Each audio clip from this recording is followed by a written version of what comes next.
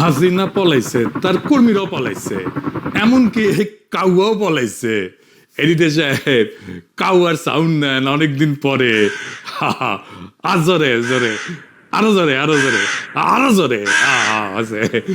হাসিনারে পলাইতে হয়েছে, তার কর্মীদেরও পলাইতে হয়েছে। হাসিনারে পলাইতে হইল কেন? সে তো ক্যান্টনমেন্টে থাকতে পারত, অনেকেই ছিল, এমনকি আওয়ামী লীগের দুর্গখ্যাত গোপালগঞ্জে থাকতে পারত। রাজাপাক সে তো ক্যান্টনমেন্টে ছিল বেশ কিছুদিন। একইভাবে তার রাষ্ট্রপতি ভবন দখল হয়েছিল শ্রীলঙ্কাতে, পরে দেশ থেকে বাইরে গেছিল মাত্র 52 দিনের জন্য, 2 মাসও না। পরে ফিরে আসিছে। হাসিনা 2 বছর ধরে আসে না, হঠাৎ সে দেশে ফিরবে ঘোষণা দিছে রয়টার্সকে দেওয়া এক সাক্ষাৎকারে। কাটারানি বলছে যে আগামী ডিসেম্বরে দলের নেতা কর্মীদের সঙ্গে নিয়ে সে ফিরে আসবে নাকি, আয় নাকি আদালতে আত্মসমর্পণ করবে। হ্যাঁ, আমাকে ফাঁসির হুকুম দিয়েছে, আমাকে একটা মামলা দিয়ে নিচ্ছে, অনেক শাস্তি দিয়েছে। আমি এটা করি না। আমি বলবো ঠিক আছে, জেলখানা রেডি করেন, ফাঁসির মঞ্চ রেডি করেন, আমি আসছি।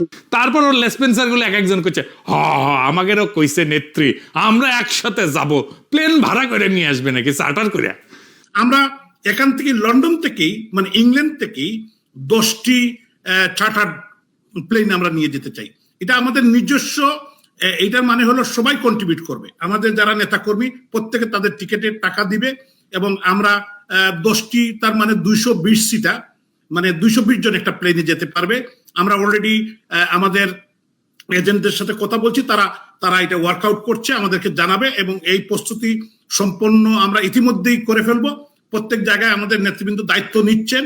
তো আমরা প্রস্তুতি নিচ্ছি, এবং নেত্রীর আমরা চেষ্টা করব নেত্রীর প্লেন লামার আগেই আমরা যাতে সেখানে থাকতে পারি। আমাদেরকেও তিনি নির্দেশনা দিয়েছেন যে আমরাও যেন সব তার সঙ্গে একসঙ্গে, আমরা যারা এখানে অবস্থান করছি, আমরা যেন দেশে ফিরে যাই। আপনি এটা শুনেছেন, এটাও জানেন আমাদের মাননীয় নেত্রী যা কিছু সিদ্ধান্ত নেন বুঝে শুনেই নেন, এবং তিনি তার সিদ্ধান্ত অবিচল থাকে। এখন প্রশ্ন হইতেছে, হাসিনা কেন ফাঁসির দড়ি গলা পড়ার জন্য আসতে চাইতেছে? হাসিনা ফিরে আসাটা কি বাস্তবসম্মত? আসলেই কি সে ফিরবে, বা চাইলেই কি ফিরতে পারবে? এই বিষয়টা বুঝার আগে ইন্ডিয়া হাসিনারে নিয়ে কি সমস্যায় পড়ছে সেটা একটু বুঝে দেখি। আসেন, আপনি নিজেরে ভারত রাষ্ট্রের জায়গায় বসেন। আপনার কাজ হইতেছে ভারত রাষ্ট্রের স্বার্থ দেখা। এইভাবে চিন্তা করেন, আপনি হাসিনারে নিয়ে কি সিদ্ধান্ত নিতেন? তাহলে প্রথমে দেখতে হবে হাসিনা ইন্ডিয়ার কাছে কি কি লাগে। বাংলাদেশের ভবিষ্যৎ নেতা না, পরবর্তী প্রাইম মিনিস্টার আম্মু না, পরবর্তীতে যে দল ক্ষমতায় আসবে তার নেতা না। ইন্ডিয়া তো বেকুব না, তারা জানে হাসিনা, তার দল, তার 14 গোষ্ঠী জিন্দেগিতে বাংলাদেশে ক্ষমতায় আসতে পারবে না। তাহলে হাসিনারে সে পালবে কেন, রাখবে কেন? হাসিনা আশ্রয় নেওয়ার 1 মাসের মধ্যে আলাপ উঠেছিল হাসিনা ইন্ডিয়ার জন্য একটা কূটনৈতিক মাথা ব্যথা হয়ে উঠেছে, দেখেছেন? আবার হাসিনারে যদি না রাখা হয় তাহলে আবার আরেক সমস্যা।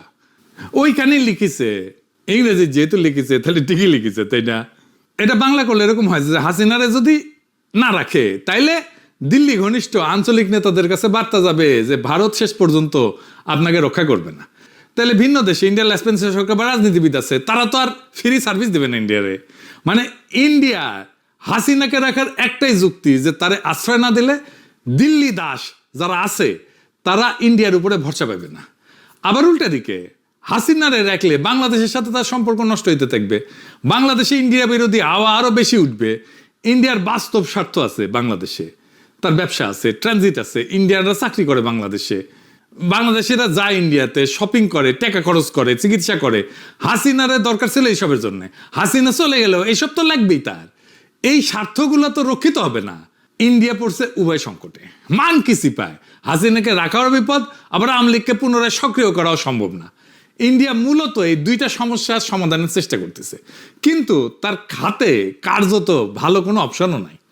এই কারণে নানা ধরনের চাপ হাসিনারে দিতেছে। আসলে তাকে চাপ দেওয়ারই কথা। এই চাপের মধ্যে হয়তো অসহায় হইয়া, বেপরোয়া হইয়া শেখ হাসিনা এই সমস্ত আউল ফাউল কথাবার্তা করতেছে। এই ধরনের কথাবার্তা বলার মধ্যে দিয়া অবশ্য ইন্ডিয়াও পরীক্ষা করার চেষ্টা করছে যে কতটুকু সে পারে আরেকবার দেখে নেওয়ার জন্য। আমি মনে করি না ইন্ডিয়া যদি সত্যিকার অর্থে সুস্থিরভাবে কৌশলগত দিক বিবেচনা করে একটা পরিকল্পনা সাজায়, তাতে শেখ হাসিনাকে রেখা কিছু করা এবং শেখ হাসিনাকে দিল্লিতে রেখা এইভাবে কথাবার্তা বলতে দিয়াও খুব বড় কিছু অর্জন করা সম্ভব বলে আমি মনে করি না। ইন্ডিয়া শেখ হাসিনাকে অনিবার্য বলে মনে করে না, আসলেই তাই। শেখ হাসিনা ইন্ডিয়ার জন্য অনিবার্য না, অপরিহার্য না। হাসিনাকে অনাবশ্যক করে দেওয়ার চেষ্টা ইন্ডিয়া আগেও করেছে, সক্রিয়ভাবে করছে, ফাইনালি এক্সিকিউট করতে পারে নাই। কংগ্রেস ছিল সেই উদ্যোগ। আজকালকার চ্যানেবানারা হয়তো সেই ইতিহাস জানে না।